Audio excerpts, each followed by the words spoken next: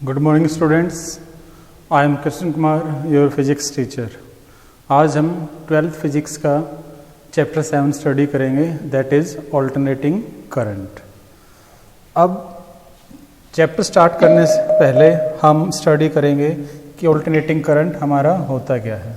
जो alternating current है, इसका मीनिंग क्या है कि इसकी जो वैल्यू है ऑल्टरनेटिंग करंट की, वो टाइम के रिस्पेक्ट में आपकी चेंज होती रहती है।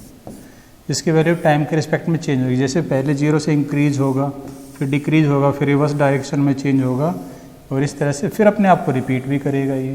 तो ये आपके पास होता है ऑल्टरनेटिंग करंट। अब क्योंकि इसकी वैल्यू फिक्स नहीं है तो हमें इसके कुछ पैरामीटर डिफाइन करने पड़ेंगे, जैसे कि इसकी एवरेज वैल्यू क्या होगी, इसकी RMS वैल्यू क्या होगी, ये हमें डिफाइन करने पड़ेंगे। उसके बाद में हमें इस चैप्टर में स्टडी करना है कि जब AC आपका एक रेजिस्टेंस में अप्लाई करेंगे, कैपेसिटर में करेंगे, इंडक्टर में करेंगे या इनके कॉम्बिनेशंस में करेंगे तो क्या इफेक्ट होगा, कैसे ये वर्क करेगा, कैसे वोल्टेज और करंट चेंज होंगे। उसके बाद में हम स्टडी करेंगे आपका ट्रांसफॉर्मर। काफ़ी इंपॉर्टेंट टॉपिक है ये। ट्रांसफॉर्मर पे आपके न्यूमेरिकल भी आ सकते हैं, थ्योरी भी आ सकती है, 5 मार्क्स का क्वेश्चन भी आपका आ सकता है। तो ये हमें इस चैप्टर में स्टडी करना है। So let's start our chapter. First is AC current और EMF, यानी कि आपका करंट भी ऑल्टरनेटिंग हो सकता है और आपका EMF भी ऑल्टरनेटिंग हो सकती है। ये देखिए, मैंने एक ही ग्राफ में दोनों आपको शो किया है। अब ये वेव फॉर्म कैसे आई मैं आपको पहले बता चुका हूँ। अब इसको हम रिप्रेजेंट कैसे करेंगे इक्वेशन की फॉर्म में। ये देखिए, I = I0 sin omega t and E = E0 sin omega t। ये करंट के लिए लिखा है मैंने, ये आपकी वोल्टेज के लिए है। अब क्या है, I = I0 sin omega t, ये जो फर्स्ट टर्म है, this is known as instantaneous current. यानी कि ये किसी भी पर्टिकुलर टाइम पे अगर आपको मेजर करना है, यहाँ पे मेजर करना है तो ये वैल्यू होगी, यहाँ पे मेजर करना है तो ये वैल्यू होगी, यहाँ पे मेजर करना है तो इसकी ये वैल्यू होगी। तो किसी भी टाइम पर ये इंस्टेंटेनियस वैल्यू है, ये वोल्टेज की इंस्टेंटेनियस वैल्यू होगी। I0 और ये जो E0 है, ये जो वैल्यू है इनकी मैक्सिमम वैल्यू है। आप पॉजिटिव साइड लें या नेगेटिव साइड लें, मैग्नीट्यूड सेम रहेगा। तो ये दोनों इसकी मैक्सिमम वैल्यू है। T आपका इंस्टेंटेनियस टाइम है और ओमेगा जो आपकी है वो आपकी एंगुलर फ्रीक्वेंसी है, यानी कि 2π/T। ये कुछ आपके पैरामीटर हैं AC के। अब हम स्टडी करेंगे सबसे पहले इसकी मीन वैल्यू। अब मीन वैल्यू स्टडी करने के लिए हम जो बेसिक टर्म यूज़ करते हैं वो क्या है, हमें कंपेयर करना पड़ेगा। यानी कि AC करंट जितना चार्ज प्रोड्यूस करेगा उतना ही चार्ज एक मीन वैल्यू भी जो हम मानेंगे करंट की, वो भी प्रोड्यूस करेगा सेम अमाउंट ऑफ टाइम में और सेम कंडक्टर में। तो उन दोनों चार्ज को हमें कंपेयर करना है डेफिनेशन के अकॉर्डिंग। तो करंट की वैल्यू क्या होती है, I = I0 sin omega t। अब चार्ज आपका क्या होता है, dq = I dt। अब I की वैल्यू मैंने यहाँ पे पुट कर दी, I0 sin omega t dt। अब dq से अगर मुझे चार्ज चाहिए तो मैं इसका इंटीग्रेशन करूँगा। अब इंटीग्रेशन देखिए, मैंने 0 से t/2 की लिमिट में किया है। यानी कि ये अगर पूरा टाइम t है तो मैंने सिर्फ हाफ टाइम के लिए इसको कैलकुलेट किया है, क्योंकि यहाँ पे इसकी वैल्यू पॉजिटिव होगी, यहाँ पे नेगेटिव होगी। अगर मैं दोनों के लिए कंबाइंडली यूज करूँगा तो ये वैल्यू 0 हो जाएगी। इसीलिए मैंने इसको सिंपल हाफ साइकिल के लिए ही यूज़ किया है। तो इंटीग्रेशन मैंने इसको किया है 0 से लेके t/2 तक। I0 sin omega t, I0 बाहर आ गया, sin ओमेगा t का इंटीग्रेशन आपका होता है -cos ओमेगा t / ओमेगा। अब ये ओमेगा आपका बाहर आ जाएगा, माइनस साइन बाहर आ गया, cos ओमेगा t। अब मुझे यहाँ पर लिमिट पुट करनी है। लिमिट पुट करते समय मैं क्या करूँगा, ओमेगा की जगह भी क्या कर दूंगा, 2π/T। और लोअर लिमिट आपकी 0 है तो सब कुछ 0 हो जाएगा। ये वैल्यू आप देखिए, T से T कट गया और 2 से 2 तो cos π होता है -1 और cos 0 आपका होता है 1। तो -2 आ जाएगा, ये माइनस कैंसिल आउट। तो क्या बचेगा आपका 2I0 2π/T। मैंने इसको भी 2π/T की टर्म में लिखा है। तो ये चार्ज की वैल्यू आ गई। अब डेफिनेशन से ये एक चार्ज है जो मीन वैल्यू करंट की वजह से मिला है हाफ टाइम के लिए। मैं इस चार्ज को कंपेयर करूंगा, यानी कि इसको और इसको कंपेयर करूंगा तो यहाँ से मुझे मीन वैल्यू इसकी मिलेगी। और इसकी मीन वैल्यू क्या होगी, जो मीन वैल्यू है वो 0.636 ऑफ मैक्सिमम करंट, यानी कि जो पीक वैल्यू होती है आपकी एसी की, उसका 0.636% ये होगा। नेक्स्ट आपको जो मेजर करना है वो इसकी आरएमएस वैल्यू है। जो इसकी आरएमएस वैल्यू हम जो कैलकुलेट करेंगे इसको हम वर्चुअल वैल्यू भी बोल सकते हैं।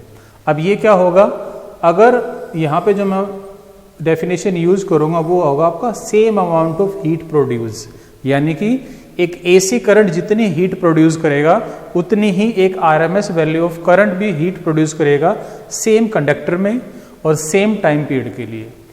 सेम वैसा ही प्रोसेस मैं यहाँ पे यूज करूंगा, वहाँ पे मैंने चार्ज कैलकुलेट किया था, यहाँ पे मैं हीट कैलकुलेट करूंगा। ये मेरा एसी करंट का फॉर्मूला है। स्मॉल टाइम के लिए जो स्मॉल हीट बनेगी डीएच, वो क्या होगी I²R dt स्मॉल टाइम के लिए। यहाँ पे मैं I² की वैल्यू पुट कर दूंगा, I की वैल्यू ये है तो इसका स्क्वायर कर दिया, यहाँ पे वैल्यू पुट हो गई। अब कंप्लीट हीट के लिए मुझे इसका अगेन इंटीग्रेशन करना पड़ेगा। यहाँ पे अगर आपको दिखाई दे रहा हो तो मैंने जो इंटीग्रेशन है वो 0 से लेके T/2 तक ही किया है, वही हाफ टाइम के लिए। ये वैल्यू मैंने पुट कर दिया, I0² मैंने बाहर लिख दिया, और sin² का इंटीग्रेशन करने के लिए पहले इसको मैं चेंज करूंगा, और चेंज किस में करूंगा 1 - cos 2ωt/2।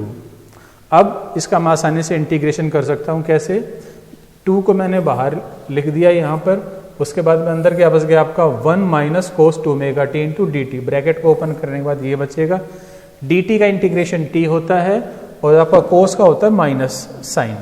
तो ये मैंने इसका इंटीग्रेशन कर दिया। इसके बाद में मैं लिमिट पुट करूंगा। लिमिट पुट करते समय ओमेगा की जगह क्या पुट किया जाएगा 2π/t, और जो स्मॉल t है उसके लिए एक बार तो लोअर लिमिट आपकी 0 है और अपर लिमिट आपकी क्या है T/2। ये वैल्यू मैंने पुट कर दिया, तो आपका हीट का ये फॉर्मूला आ गया। तो ये तो हमारा किसकी वजह से आया है, एसी की वजह से आया है। अब डेफिनेशन के अकॉर्डिंग क्या होगा कि हमारी उतनी ही हीट प्रोड्यूस होगी जब हमारे पास एक और आरएमएस वैल्यू ऑफ करंट होगी। तो ये आपकी वो अकॉर्डिंग टू डेफिनेशन है। अब ये दोनों सेम हीट हैं, तो मैं इन दोनों को कंपेयर करके आपकी आई वर्चुअल वैल्यू या आई आरएमएस निकाल सकता हूं, और ये रेशियो आपकी आएगी किसके बीच में, आई वी और आई नॉट का रिलेशनशिप है। इसकी वैल्यू क्या होगी, I V is equal to 0.707 of maximum value of current. Next, अब क्योंकि हम एसी स्टडी करेंगे और एसी में जो पैटर्न होगा जब हम इसको आर के अक्रॉस यूज करेंगे, यानी कि रजिस्टर के अक्रॉस, कैपेसिटर के अक्रॉस और इंडक्टर के अक्रॉस, इन तीनों के अक्रॉस जब हम इसको स्टडी करेंगे तो करंट कभी लीड कर सकता है, कभी वोल्टेज लीड कर सकती है। तो इसके लिए हमें फेजर और फेजर डायग्राम स्टडी करने पड़ेंगे। अब फेजर का मीनिंग होता है वेरिएबल्स जो हम इस ग्राफ में शो करेंगे। यहाँ पर मैं वोल्टेज और करंट वेरिएबल ले रहा हूँ, उनको हम फेजर बोलते हैं। फेजर डायग्राम है, इस डायग्राम को हम फेजर डायग्राम बोलते हैं, जिसमें हम क्या कर सकते हैं, जो आपके फेजर्स हैं यानी कि जो क्वांटिटीज हैं उनके बीच में जो फेज रिलेशनशिप है वो हम शो कर सकते हैं।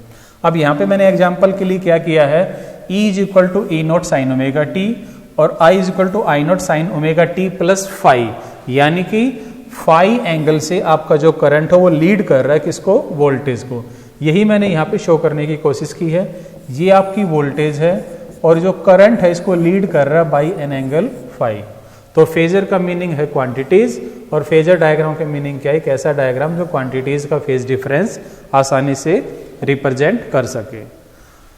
अब हम एसी को अलग अलग कंपोनेंट्स में स्टडी करेंगे। जैसे सबसे पहले है एसी इन रजिस्टर। तो यहाँ पर हमने एक एसी अप्लाई किया, ये इसका सिंबल होता है, आपने 10th क्लास में भी पढ़ा एसी का। एक रजिस्टर के अक्रॉस हमने अप्लाई किया, मान लो करंट आई है। जो हमने वोल्टेज अप्लाई की है AC, that is E = A0 sin ωt। अब E = I × R होगा आपका, यहाँ से I क्या आ जाएगा E/R। E की वैल्यू हम यहाँ से पुट करेंगे इसमें, ये आपकी E की वैल्यू हो गई। अब यहाँ पर जो है इसको मैं I0 लिख सकता हूँ, that is maximum current into sin ωt। अब देखिए ये क्या है E0 sin ωt और ये है I0 sin ωt। यहाँ से हमें साफ साफ दिखाई दे रहा है कि वोल्टेज और करंट में कोई भी फेज डिफरेंस नहीं है। इसलिए जब मैं ये फेजर डायग्राम बनाऊंगा तो जहां पर मेरी वोल्टेज है उसी डायरेक्शन में ही मेरा क्या है, करंट है। इसको मैं वेवफॉर्म डायग्राम से भी रिप्रेजेंट कर सकता हूं। ये देखिए, ये आपका ईएमएफ है और वहीं से बिल्कुल उसी टाइम के अकॉर्डिंग आपका करंट भी चेंज हो रहा है, लेकिन यहाँ पर करंट की वैल्यू थोड़ी सी कम है, मैग्नीट्यूड कम है। वो किस लिए? क्योंकि वोल्टेज को मैंने रेजिस्टेंस से डिवाइड किया है, तो रेजिस्टेंस कुछ ना कुछ तो होगा और उसको मैंने डिवाइड किया है, तो जो वोल्टेज है वो हमेशा ज़्यादा एम्पलीट्यूड में होता है, करंट का एम्पलीट्यूड आपका कम होता है। नेक्स्ट आपके पास क्या है? AC in an inductor. अब हमें इंडक्टर में इसको स्टडी करना है, तो अब हमारे पास क्या है? एक इंडक्टर हमारे पास और एक AC सोर्स हमारे पास है। ये हमारे AC सोर्स की वैल्यू है। इंडक्टर में जो इंड्यूस्ड EMF होती है -L di/dt, ये हम लास्ट चैप्टर जो आपने EMI का पढ़ा है उसमें हम स्टडी कर चुके हैं। अब अगर इस सर्किट में मैं KVL अप्लाई करता हूँ तो यहाँ पर दो सोर्स हैं EMF की, एक तो इसमें जो EMF इंड्यूस हुआ है वो, और दूसरा जो मैंने अप्लाई किया है। तो जो अप्लाई किया वो E है और ये आपका इंड्यूस हुआ है। अब यहाँ से मैं इसको अगर इस साइड ले जाऊँगा तो पॉजिटिव आ जाएगा, आपकी ये वैल्यू होगी। अब यहाँ से मुझे DI कैलकुलेट करना है, तो मैं क्रॉस मल्टीप्लाई करके आसानी से कैलकुलेट कर सकता हूँ। E/L into dt is equal to E0/L sine omega t। ये मैंने E की वैल्यू यहाँ से इसमें पुट की है। अब मुझे I चाहिए, तो I का मतलब क्या? मैंने इसको क्या किया? इंटीग्रेट किया। अब इंटीग्रेट करूँगा तो देखिए E0/L तो आपका बाहर आ जाएगा। अब साइन का इंटीग्रेशन क्या होता है? cos omega t by omega, तो ये तो पहले से ही बाहर है हमारे पास। अब ओमेगा और बाहर आ गया तो क्या बन गया? E0/ओमेगा L इंटू, अब मुझे इस कोस को साइन में चेंज करना पड़ेगा। क्यों? क्योंकि मेरा जो वोल्टेज है उसके साथ साइन का पैरामीटर है, और यहाँ पे भी साइन का पैरामीटर करूँगा, फिर ही मैं इसको कंपेयर कर पाऊंगा। तो मैंने क्या किया? Sine omega t minus π/2। अब इसको मैं लिख सकता हूँ maximum value of current I0, और यहाँ पर I0 इज इक्वल टू E0/ओमेगा L, और ओमेगा जो L है इसको मैं XL से भी रिप्रेजेंट कर सकता हूँ, और ये आपका एक टाइप का रेजिस्टेंस है। किस केस में? इंडक्टर के केस में रेजिस्टेंस है। और ये रेजिस्टेंस जो आपका ओमेगा L और ओमेगा 2πf इंटू L, यानी कि ये फ्रीक्वेंसी पे डायरेक्टली प्रोपोर्शनल है। जितनी फ्रीक्वेंसी बढ़ेगी इसका इम्पीडेंस भी इंक्रीज होता रहेगा। किसका? इंडक्टर का। अब ये आ गया साइन ओमेगा t माइनस π/2, और यहाँ पर है साइन ओमेगा t, यानी कि करंट हमारा π/2 से लैग कर रहा है वोल्टेज को। अब देखिए ये आपका वेव फॉर्म डायग्राम है, ये आपका EMF है, करंट 90 डिग्री के बाद मैंने स्टार्ट किया है, ये आपका π/2 फेज डिफरेंस है, क्योंकि करंट आपका लैग कर रहा है इंडक्टर के केस में। ये आपका पास क्या है? ये आपके पास है इसका फेजर डायग्राम। अगर ये आपका EMF है तो करंट कितना लैग करेगा? By an angle of π/2 in case of inductor. अब हम इसको स्टडी करेंगे कैपेसिटर में। कैपेसिटर में भी सेम वही प्रोसेस, तीनों में सेम है। वही हमने कैपेसिटर लिया, एक AC सोर्स लिया, मान लो करंट आपका I है। अब ये आपका जो आपका AC सोर्स है उसकी वैल्यू है E is equal to E0 sine omega t। अब क्योंकि कैपेसिटर में आपका चार्ज होता है, तो जो वोल्टेज होता है वो क्या होता है? Q/C, charge upon capacitance. यहाँ से क्रॉस मल्टीप्लाई करूँगा तो Q क्या होगा? E into C। E की वैल्यू क्या होती है? E0 साइन ओमेगा t, और C आपका पहले से है। अब मुझे चार्ज से क्या कैलकुलेट करना है? करंट फाइंड आउट करना है। तो मैं इसका डिफ्रेंशिएशन करूँगा, डिफ्रेंशिएशन करके क्या आ जाएगा? dQ/dt। तो ये जो इक्वेशन है इसका सिंपल मुझे क्या करना है? डिफ्रेंशिएशन करना है। तो E0 इंटू C तो आपका बाहर आ जाएगा, और साइन का इंटीग्रेशन क्या होगा? cos omega t। Omega t की वजह से ओमेगा आ गया, तो ओमेगा को मैंने बाहर लिख दिया, तो क्या बन गया? E0 C omega cos omega t। अब दोबारा से मैं क्या करूँगा? cos ओमेगा t यहाँ पर आ रहा है, यहाँ पर हमारे पास क्या था? वोल्टेज में साइन था, करंट में हमारे पास क्या आ गया? cos। तो मुझे इसको वापस से साइन में कन्वर्ट करना पड़ेगा। तो cos ओमेगा t को हम क्या लिख सकते हैं? Sine omega t plus π/2। अब ये जो करंट है, करंट का स्टैंडर्ड फॉर्मूला आपका क्या होता है? V/R। तो मुझे ये V तो ये हो गया वोल्टेज आपकी जो E0 है, और रेजिस्टेंस के लिए ये जो वैल्यू इसको मुझे नीचे ले जाना पड़ेगा। तो मुझे क्या लिखना पड़ेगा? 1/ωc। तो 1/ωc यहाँ पर क्या बन जाएगा हमारे पास? रेजिस्टेंस, जब आपके पास कैपेसिटर यूज हो रहा है। और यहाँ पर जो करंट है वो π/2 आपका लीड कर रहा है वोल्टेज से, क्योंकि करंट में यहाँ पर क्या आ गया आपका? Pi by two, omega T plus pi by two. तो आपका जो करंट है वो पाई बाई टू से लीड कर रहा है वोल्टेज को। तो अगर मैं फेजर डायग्राम बनाऊंगा तो अगर आपकी ये वोल्टेज है ई ओमेगा टी के साथ, तो करंट इसको लीड कर रहा है by an angle pi by two. इसी तरह मैं इसको वेव फॉर्म डायग्राम में शो कर सकता हूँ। अगर ये आपका ईएमएफ है तो पहले से ही आपका करंट फ्लो करेगा 90 डिग्री पहले एडवांस में रहेगा करंट। किस केस में? कैपेसिटर के केस में। अब मैं कॉम्बिनेशंस में स्टडी करूंगा, यानी कि जो एसी है वो कौन से सर्किट में फ्लो कराएंगे हम? आर और एल के कॉम्बिनेशन में। तो यहां पर हम क्या करेंगे? आर ले लिया हमने, एल ले लिया और वोल्टेज सोर्स ले लिया। अब क्योंकि सीरीज में है तो सीरीज में आपका जो करंट है वो सेम रहेगा।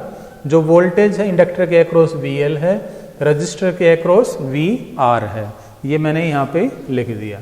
वोल्टेज क्या होता है? आई इंटू आर।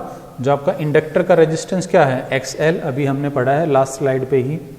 अब ध्यान से देखो जरा, हमने पढ़ा है कि जब रजिस्टर में हम एसी सोर्स देते हैं तो आपका जो करंट है और जो आपकी वोल्टेज है उनमें कोई फेज डिफरेंस नहीं होगा। तो इसी लाइन पे ही आपके दोनों होंगे, करंट भी होगा और वोल्टेज भी होगी। लेकिन ईएमएफ में हमने इंडक्टर में हमने पढ़ा है कि इंडक्टर में आपकी वोल्टेज लीड करती है 90 डिग्री से। तो अगर ये करंट है तो ये आपकी क्या हो जाएगी? V L, voltage across inductor. अब एक कंपोनेंट ये है, एक कंपोनेंट ये, इन दोनों का ये आपका क्या आ गया? रिजल्टेंट आ गया। अब रिजल्टेंट आ गया तो मुझे ये वैल्यू निकालनी। ये इस राइट एंगल ट्राइंगल का क्या है? हाइपोटेन्यूज है। तो बड़ा सिंपल फॉर्मूला हम यूज करते हैं पाइथागोरस थ्योरम के अकॉर्डिंग। ई क्या हो जाएगा? This square plus this square का अंडर रूट हो जाएगा आपका। अब इन दोनों की वैल्यू मैं यहाँ से पुट कर दूंगा। पुट करने के बाद यहाँ से आई आपका कॉमन होके बाहर आ जाएगा। यहाँ से जब आई कैलकुलेट करेंगे क्रॉस मल्टीप्लाई करके तो ये टर्म इसके डिवाइड में आ जाएगी यहाँ पर। अब मैं इसको जेड लिख सकता हूँ पूरे को। अब जेड यहाँ पर होता है आपका इम्पीडेंस, और ये आपका यूज होता है तब जब आप रेजिस्टेंस के साथ या तो कैपेसिटर स्टडी कर रहे हो, या रेजिस्टेंस के साथ इंडक्टर स्टडी कर रहे हो, या फिर रेजिस्टेंस के साथ दोनों ही पैरामीटर स्टडी कर रहे हो। तब आपका रेजिस्टेंस को हम नई टर्म्स दे देते हैं, दैट इज इम्पीडेंस। और इस इम्पीडेंस की वैल्यू यहाँ पर आपके क्या है? Under root XL square plus R square. अब इस ट्राइंगल से मैं फेज निकाल सकता हूँ आपका रिजल्टेंट ईएमएफ में और आपका जो करंट है उसमें। फाई, तो टेंजेंट फाई क्या होता है? Perpendicular over base. परपेंडिकुलर यहाँ पर वी एल है, बेस आपका क्या है? V R. वैल्यू पुट करेंगे ओमेगा एल बाई आर आपको मिल जाएगा। तो ये कौन सा केस है? जब एसी आपका आर एल सीरीज सर्किट में है। अब आपके पास एसी किस में है? आर और सी सर्किट में है। अब आर सी सर्किट में कैसे स्टडी करेंगे? देखिए ये सी है, ये आपका आर है। अब क्योंकि ये सीरीज में है, ये आपका वोल्टेज सोर्स है ई। अब यहां पर करंट तो आपका सेम रहेगा दोनों में, तो वोल्टेज कैपेसिटर में कितनी है? वीसी, और रजिस्टर में कितनी है? V are. ये वैल्यू हम लिख लेंगे सिंपल ओम्स लॉ के according, V equal to I are.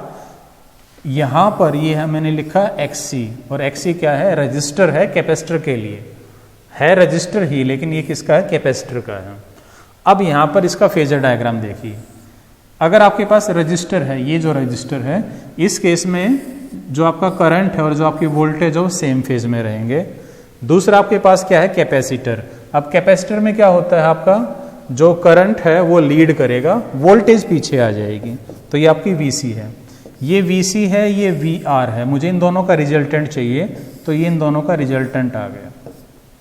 और इनमें मान लो करंट और वोल्टेज में एंगल कितना है? फेज डिफरेंस फाई है। अब यहाँ से बिल्कुल लास्ट वाला केस बन गया, ये आपकी राइट एंगल ट्राइंगल है, इसमें मुझे ओ ई निकालना है, यानी कि ईएमएफ रिजल्टेंट। सेम वही V C square plus V R square का अंडर रूट। अब मैं इन दोनों की वैल्यू यहाँ से पुट करूँगा। वैल्यू पुट करके आप आई कॉमन ले लेंगे। कॉमन लेने के बाद आप क्रॉस मल्टीप्लाई करेंगे तो यहाँ से करंट आ जाएगा, ई डिवाइडेड बाई दिस। अब ये पूरा हमारे पास क्या होना चाहिए? एक रेजिस्टेंस होना चाहिए। अब इस रेजिस्टेंस को मैंने क्या बोला है? इम्पीडेंस, क्योंकि ये कॉम्बिनेशन है आर और सी का। यहां से अगेन आप क्या निकाल सकते हैं? फेज डिफरेंस निकाल सकते हैं। किसके बीच में? करंट के बीच में और रिजल्टेंट वोल्टेज के बीच में। हमें रिजल्टेंट लेना है क्योंकि हम इन दोनों को कंबाइंड कर चुके हैं। दोनों का कंबाइंड इफेक्ट किसका? वीसी और वी आर का जो कंबाइंड इफेक्ट है वो ये है। तो ये हमारी नेट ईएमएफ है, ये हमारे पास नेट करंट है। तो फेज डिफरेंस क्या हो जाएगा, वही perpendicular over base VC by VR, value put करेंगे आपका आंसर आ जाएगा। XC हमारा क्या होता है, XC हमारा होता है 1/ωc, और XC की वैल्यू अगर मैं पूरा लिखना चाहूँ फ्रीक्वेंसी की टर्म में तो 1/2πfc। अब यहाँ पर कैपेसिटर का जो इम्पीडेंस है वो फ्रीक्वेंसी के साथ जैसे जैसे फ्रीक्वेंसी बढ़ेगी ये आपका इम्पीडेंस डिक्रीज होगा। अब मुझे तीनों का ही कंबाइंड इफेक्ट देखना है RLC का। तो मैंने सर्किट में अब तीनों ही कंपोनेंट यूज किए हैं RLC। L के अक्रॉस VL वोल्टेज है, C के अक्रॉस VC है, रजिस्टर के अक्रॉस VR है। अब इन तीनों की मुझे वैल्यू पता है, मैं पहले भी लिख चुका हूँ। VL क्या होगा IXL, VC क्या होगा IXC, VR क्या होगा I इंटू R। अब जब हमने फेजर डायग्राम किया था तो ये आपका करंट था और यही आपकी वोल्टेज थी। किस केस में, रजिस्टर के केस में। यहाँ पे तीन कंपोनेंट है, पहला आपका रजिस्टर है जिसमें फेज डिफरेंस नहीं है करंट के साथ। वोल्टेज जो आपकी कैपेसिटर के अक्रॉस है वो लैग कर रही है, इंडक्टर के अक्रॉस आपकी लीड कर रही है। अब इनका रिजल्टेंट बनाने के लिए आपको अजम्पशन यूज करनी पड़ेगी, यानी कि या तो आप ये अज्यूम करेंगे कि VL ज़्यादा है या फिर आप ये अज्यूम करेंगे कि VC ज़्यादा, दोनों में से एक अजम्पशन आपको यूज करना पड़ेगा। मैंने यहाँ पे यूज किया है VL is greater than VC। आप कुछ भी ले सकते हैं, उससे कोई फर्क नहीं पड़ेगा, क्योंकि सिंपल जो डिफरेंस रहेगा अगर VL ग्रेटर है तो आपका जो सर्किट है वो इंडक्टिव हो जाएगा, और VC ज़्यादा है VL से तो आपका जो सर्किट है वो कैपेसिटिव हो जाएगा। सिर्फ इतना ही डिफरेंस है, प्रोसीजर यही रहेगा। तो अगर आपका VL ज़्यादा है तो ये दोनों एक दूसरे के अपोजिट हैं, बिल्कुल साफ दिखाई दे रहा है। तो अगर VL ज़्यादा है तो नेट रिजल्टेंट ऊपर की तरफ ही होगा। तो ये मैंने मान लिया, ये जो कंपोनेंट है this is VL minus VC, ये रिजल्टेंट है इन दोनों का, और एक आपके पास है VR। अब इसका और इसका रिजल्टेंट क्या बनेगा, ये बन गया E, और ये हम पहले भी कैलकुलेट किया है पिछली 2 स्लाइड्स में। तो ये जो E की वैल्यू होगी अगेन राइट एंगल ट्राइंगल से क्या होगा, ये हम कैसे निकालेंगे, इसका स्क्वायर प्लस में इसका स्क्वायर फिर इसका अंडर रूट, वही मैंने यहाँ पे किया है।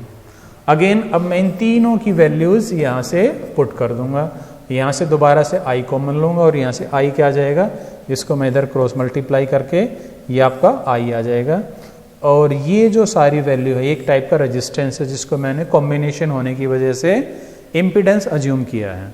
तो ये आपका इम्पीडेंस है, ये किसके लिए, जब एक सीरीज RLC सर्किट आपके पास है।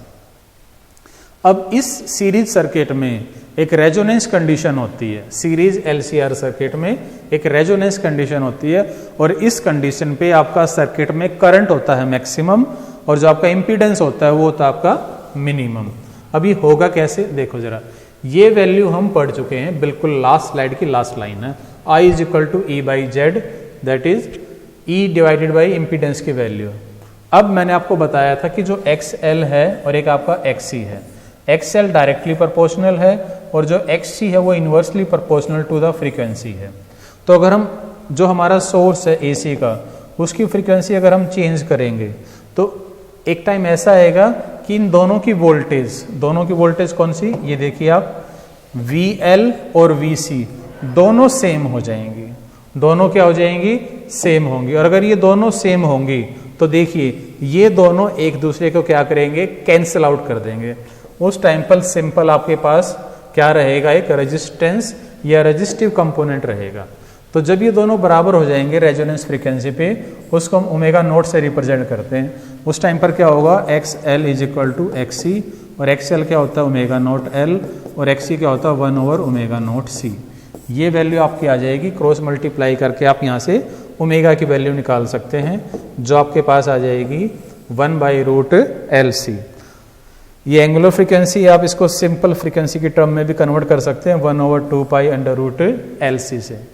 अब अगर ये दोनों बराबर हो जाते हैं तो उस टाइम पर ना तो सर्किट में इंडक्टर बचेगा ना ही कैपेसिटर बचेगा, सिंपल क्या बचेगा, रेजिस्टेंस बचेगा। और उस टाइम पर इम्पीडेंस आपका क्या होगा, मिनिमम, करंट आपका क्या होगा, मैक्सिमम। ये देखिए ये वो कोई एक पर्टिकुलर फ्रीक्वेंसी है जिस पर आपका करंट क्या है, मैक्सिमम है। अब जो मैंने एक ग्राफ आपको बताया है, ये ग्राफ, इसकी शार्पनेस इंक्रीज करने के लिए मुझे क्या करना पड़ेगा? ये देखिए इस डायग्राम में जो शार्पनेस है रेजोनेंस की, रेजोनेंस आपको बता दिया मैंने, जब XL किसके बराबर होगा? XC के बराबर होगा। अब इसकी शार्पनेस का मीनिंग क्या है? देखिए ये मैंने 3 रेजिस्टेंस की वैल्यू ली है अलग अलग। आपको साफ साफ समझ में आना चाहिए कि यहाँ पे इतना करंट है, यहाँ पे इतना और यहाँ पे इतना करंट है। तो जैसे जैसे करंट आपका बढ़ेगा तो रेजिस्टेंस आपका डिक्रीज होगा, यानी कि ये सबसे ज़्यादा है, ये वैल्यू से कम, ये वैल्यू से कम। R1 is greater than R2 is greater than R3। तो जितना आपका रेजिस्टेंस कम होता जाएगा, आपका जो सर्किट है उसकी शार्पनेस उतनी ही इंक्रीज होती रहेगी। अब यहाँ पे शार्पनेस का जो मतलब है वो आपका किससे है? सिलेक्टिव सर्किट से है। इसको हम as a selective circuit use करते हैं। कई बार 1-2 नंबर में पूछ लेते हैं कि सिलेक्टिव सर्किट क्या होता है, उसकी वर्किंग बताइए। तो सिलेक्टिव सर्किट जब LCR जो सीरीज कॉम्बिनेशन है उसमें रेजोनेंस के टाइम पर जो सर्किट बनेगा वो आपका सिलेक्टिव सर्किट होता है, और उसमें आपका करंट मैक्सिमम होगा और आपका जो इम्पीडेंस है वो आपका क्या होगा? मिनिमम होगा। तो वो केस आपका होता है सिलेक्टिव सर्किट का। तो जितनी ज़्यादा आपकी ये पीक आएगा उतना ही बढ़िया आप किसी भी सिग्नल को रिसीव कर पाएगा आपका वो सर्किट। इसलिए इसको हम ट्यूनिंग सर्किट में भी यूज़ करते हैं, यानी कि जो भी फ्रीक्वेंसी या हमें सिग्नल रिसीव करना है उसी को रिसीव करेगा, आपके जो साइड्स में जो कंपोनेंट होंगे उसको रिसीव नहीं करेगा। अब क्वालिटी फैक्टर, यानी कि सिलेक्टिव सर्किट आपका कितना क्वालिटेटिव है, उसको स्टडी करने के लिए हमें क्वालिटी फैक्टर स्टडी करना है। बड़ा सिंपल है, ये आपकी रेशियो होती है किसकी? वोल्टेज एक्रॉस आप इंडक्टर ले लीजिए या कैपेसिटर ले लीजिए, इसको डिवाइड करना है अप्लाइड वोल्टेज से। तो ये आपकी वोल्टेज है, मैंने इंडक्टर के एक्रॉस लिया है। अप्लाइड वोल्टेज मैंने I इंटू R इसलिए लिया है क्योंकि रेजोनेंस के टाइम की बात है, और रेजोनेंस पे आपका सर्किट में सिर्फ रेजिस्टेंस बचता है, L और C आपके खत्म हो जाते हैं। ये वैल्यू पुट की, ये आंसर आ गया। यहाँ पे मैं ओमेगा नॉट की वैल्यू पुट करूंगा तो क्वालिटी फैक्टर की आपकी ये वैल्यू आ जाएगी। अब क्वालिटी फैक्टर इंक्रीज करने के लिए देखिए रेजिस्टेंस मुझे क्या करना पड़ेगा? डिक्रीज करना पड़ेगा। इंडक्टर मुझे इंक्रीज करना है, कैपेसिटर मुझे डिक्रीज करना है। नेक्स्ट आपके पास है energy store in a capacitor and inductor. ये आप पहले भी पढ़ चुके हैं पिछले चैप्टर्स में। ये आपने पढ़ा है सेकंड चैप्टर में कि जो कैपेसिटर में एनर्जी स्टोर होती है वो होती है हाफ CV²। ये और भी फॉर्मूले हैं, आप आपस में वैल्यू पुट करके निकाल सकते हैं। और जो इंडक्टर है उसमें जो एनर्जी आपकी सेव होती है वो होती है हाफ LI²। जो आपका कैपेसिटर होता है उसमें जो एनर्जी होगी वो इलेक्ट्रिक फील्ड की फॉर्म में होती है, इलेक्ट्रिक एनर्जी होती है। और जो आपकी एनर्जी इंडक्टर में सेव होती है वो आपकी किस में होती है? वो आपकी होती है उसमें मैग्नेटिक फील्ड की फॉर्म में सेव होती है। तो ये आपका फर्स्ट पार्ट था आपके चैप्टर का। सेकंड पार्ट हम बाद में स्टडी करेंगे। Thank you.